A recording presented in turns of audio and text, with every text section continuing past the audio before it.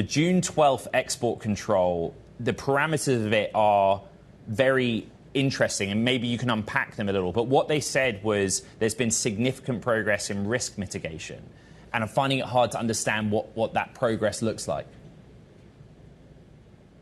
I mean, where do we begin? I mean, the greatest AI breakthrough is one that people can actually use. And what we're saying in this instance is it's the greatest breakthrough. It scares us, but we're not going to let people use it. But my understanding of what's been reported is that there will now be roughly more than 100, but not much more than that, federal departments and agencies, private sector companies that have already been vetted, which will have access to this model. And they will not have sort of the constraints around foreign employees to be able to use this model. And then I guess more to come. It's sort of a stay tuned and let's see. The tension here is that because of the capabilities of the model, industry wants access to it, right? They want to use it for its benefits. From the government side of the table, how do they hear that? How do they get that part right? I think this is a tough one, and this should be a wake-up call for everybody, not just the AI companies who are producing, agentic AI, generative AI, and frontier AI models, as well as businesses implementing them. That we saw OpenAI actually just got told recently that they needed to limit model access for new capability. So what we need to do here is, we know that the rest of the world, including China, is investing aggressively. Increasingly, there's capable open source, in some cases free models that are narrowing the gap. So leadership in this moment really depends on responsibly getting these breakthroughs as fast as possible into the hands of users. So what's going to have to happen here is a much faster vetting process for allowing these incredible capabilities to be in the hands of people in business who need to have this to protect and defend their enterprises.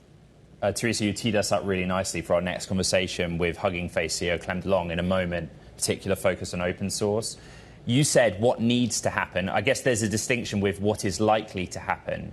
And so, again, reflecting on your experience, do we need to expect tighter US restrictions, particularly on the frontier labs, each generation of powerful model they put out? Well, I think we run a huge risk if we don't create a framework that provides certainty in the process and fairness in the process.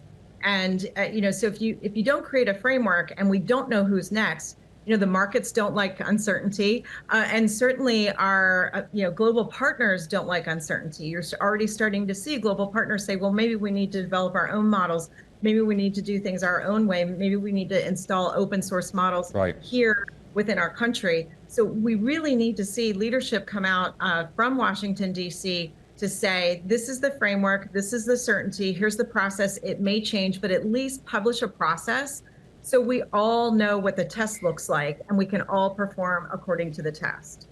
Let's recap where we stand from Friday. There are 100 US companies and federal agencies that will have been approved for access. They don't require an export license for themselves or for their non-US employees.